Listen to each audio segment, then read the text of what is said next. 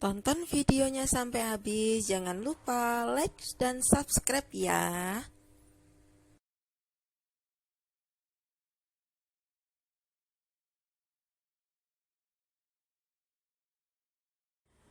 Perhatikan gambar berikut. Di sebelah kiri terdapat reaksi atom merah dan atom hijau.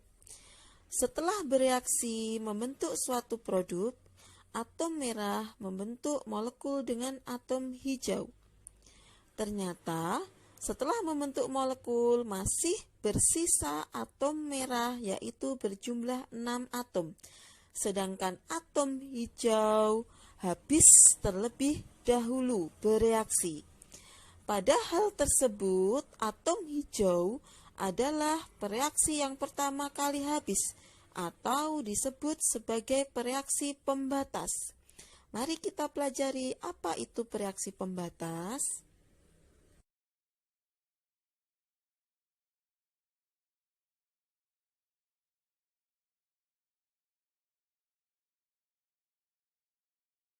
Animasi gambar sebelumnya ada atom merah dan atom hijau. Ternyata setelah bereaksi, atom merah itu sisa 6 dan atom hijau habis bereaksi. Atom hijau disebut sebagai reaksi pembatas. Apa sih reaksi pembatas itu? Reaksi pembatas adalah reaksi yang habis terlebih dahulu. Terlebih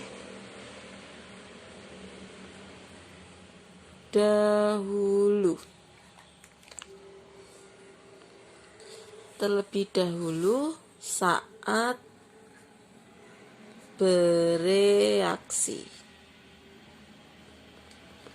Jadi yang dinamakan dengan reaksi pembatas itu adalah reaksi yang habis terlebih dahulu saat bereaksi. Di gambar itu yang habis bereaksi adalah atom hijau. Jadi atom hijau ini semuanya sudah bereaksi dengan atom merah, tetapi atom merahnya itu masih bersisa. Lalu reaksi pembatas, apa sih kegunaan reaksi pembatas itu? Sini ya, kegunaan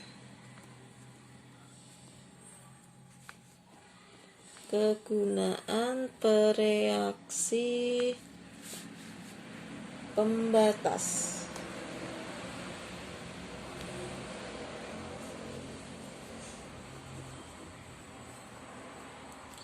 Reaksi pembatas itu digunakan untuk menyelesaikan soal jika soal itu reaksinya diketahui semua. Contoh soal yang ini ya. Ada CH4 direaksikan dengan oksigen menghasilkan CO2 plus H2O. Reaksinya diketahui di sini 2 mol. Hanya ada 4, kita samakan dulu ya. Hanya di sini 4, berarti di sini 2 koefisiennya. Terlihat sudah ya. Hanya 4, di sini hanya juga 4, karbonnya 1, oksigennya. Di sini 2 tambah 2 berarti 4. Berarti di sini 2. Gini ya, menyamakan koefisien. Misal reaksinya diketahui 2 mol.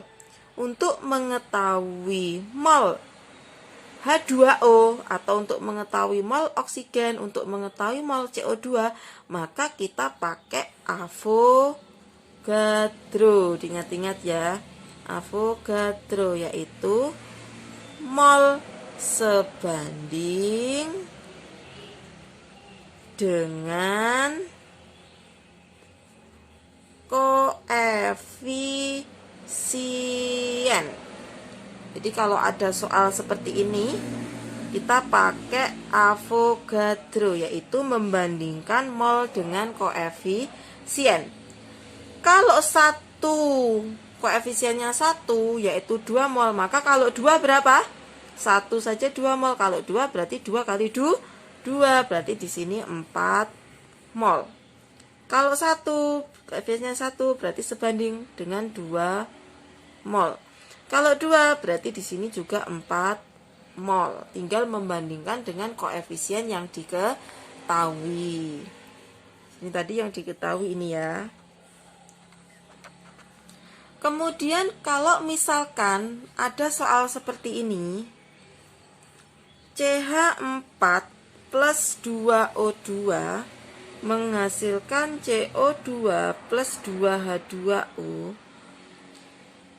Yang di sini soal yang kedua, pereaksinya atau mol pereaksinya itu yang diketahui di sini 2 mol, di sini 3 mol seperti ini.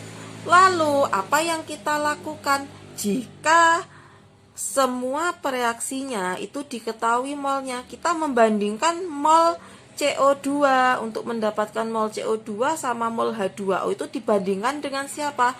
Dibandingkan dengan CH4 yang memiliki 2 mol ataukah dengan oksigen yang memiliki 3 mol. Nah, penyelesaian soal seperti inilah yang nanti kita menggunakan metode reaksi pembatas. Jadi kalau misalkan ada soal yang masing-masing reaksinya itu diketahui molnya atau diketahui massa dan AR-nya, maka kita wajib menggunakan reaksi pembatas. Jadi tidak boleh kita pakai mol dibandingkan dengan koefisien. Misalkan ini 2, di sini mau kalikan 2 mol, itu nggak boleh. Jadi harus pakai reaksi pembatas. Kemudian sekarang cara menentukan reaksi pembatas. Cara menentukan reaksi pembatas.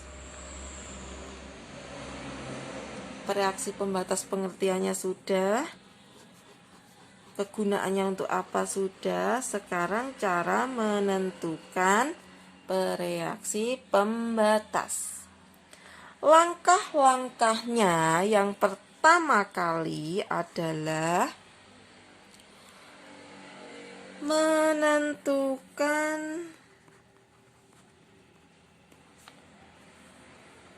mol masing-masing reaksi. Jadi kita harus menentukan mol masing-masing reaksi.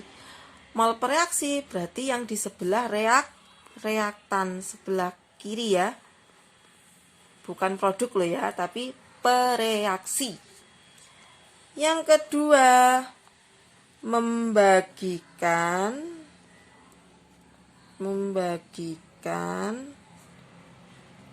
mol pereaksi dengan koefisiennya. Jadi membagikan mol pereaksi yang sudah kita cari tadi dengan koefisien pereaksinya. Kemudian langkah yang ketiga, hasil bagi mol dan koefisien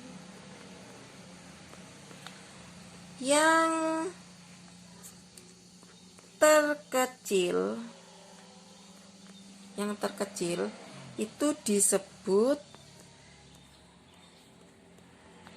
sebagai pereaksi pembatas.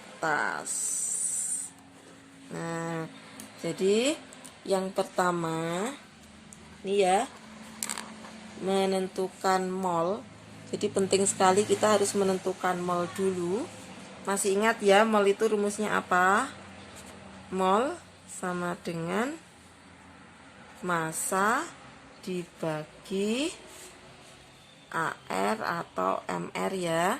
Jadi mol itu sama dengan massa dibagi AR atau MR. Kemudian langkah yang kedua, membagikan mol per reaksi dengan koefisien. Nah, itu harus penting dengan koefisien. Jadi koefisien itu yang sebelah sini.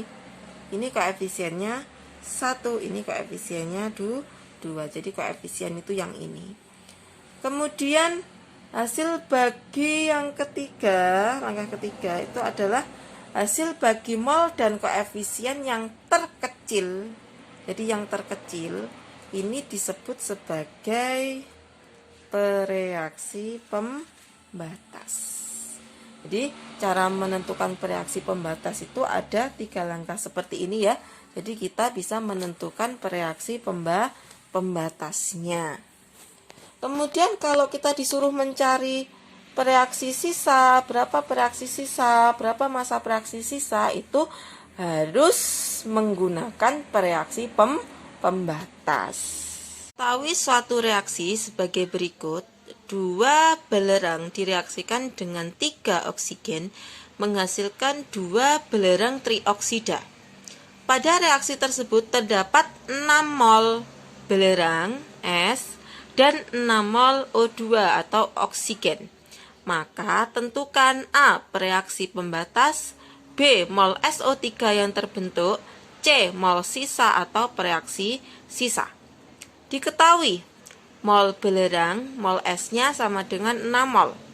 Mol oksigennya sama dengan 6 mol. Ditanya A. Pereaksi pembatas, B. Mol SO3, C. Mol sisa atau pereaksi sisa. Nah, kita jawab bersama ya. Jawab.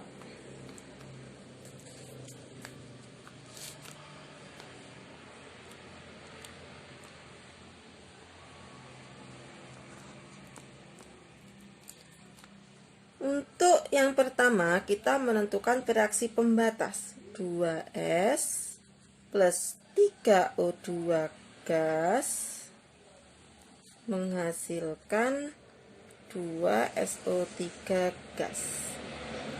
Langkah yang pertama, kita harus menentukan apa? Menentukan mol masing-masing pereaksi. Berarti yang bereaksi atau pereaksinya mana? Pereaksinya itu adalah di sebelah sini, kiri ya. Ini namanya pereaksi. Jadi S sama O2 ini pereaksi. Sedangkan SO3 namanya adalah produk. Setelah kita menentukan pereaksinya, maka menentukan mol masing-masing pereaksi sudah diketahui ya. Kalau mol S-nya adalah 6 mol, sedangkan pereaksi oksigennya juga 6 mol. Untuk langkah yang pertama, kita sudah tahu ya, masing-masing pereaksi memiliki 6 mol. Kemudian langkah yang kedua, apa di sini? Langkah yang kedua adalah membagi mol dengan koefisien pereaksi. Mol dibagi koefisien. Berarti S-nya 6 mol dibagi koefisien. Koefisiennya S berapa? Koefisien S di persamaan reaksi, koefisiennya S adalah 2. Berarti dibagi 2. 6 bagi 2 berarti 3 mol. Kemudian setelah S, pereaksinya oksigen O2. O2-nya 6 mol dibagi koefisiennya O2. Berapa koefisiennya O2? Koefisien O2-nya adalah 3. Berarti 6 bagi 3. Berarti 2 mol. Kemudian langkah yang ketiga. Kita lihat ya. Hasil bagi terkecil dari pereaksi disebut pereaksi pembatas. Hasil bagi terkecil dari pereaksi disebut sebagai pereaksi pembatas. Hasil bagi tadi yang paling kecil yang mana? Hasil bagi dengan koefisien yang paling kecil adalah 2 mol antara es sama oksigen. Yang paling kecil hasil baginya adalah miliknya oksigen. Nah, berarti di sini ini disebut sebagai bereaksi pembatas. Sebagai bereaksi pembatasnya adalah oksigen. Oksigen ya, berarti oksigen ini adalah bereaksi pembatas.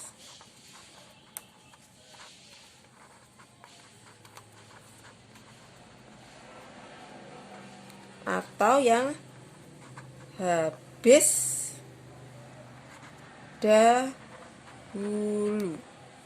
Jadi bereaksi oksigen habis terlebih dahulu atau disebut dengan bereaksi pembatas.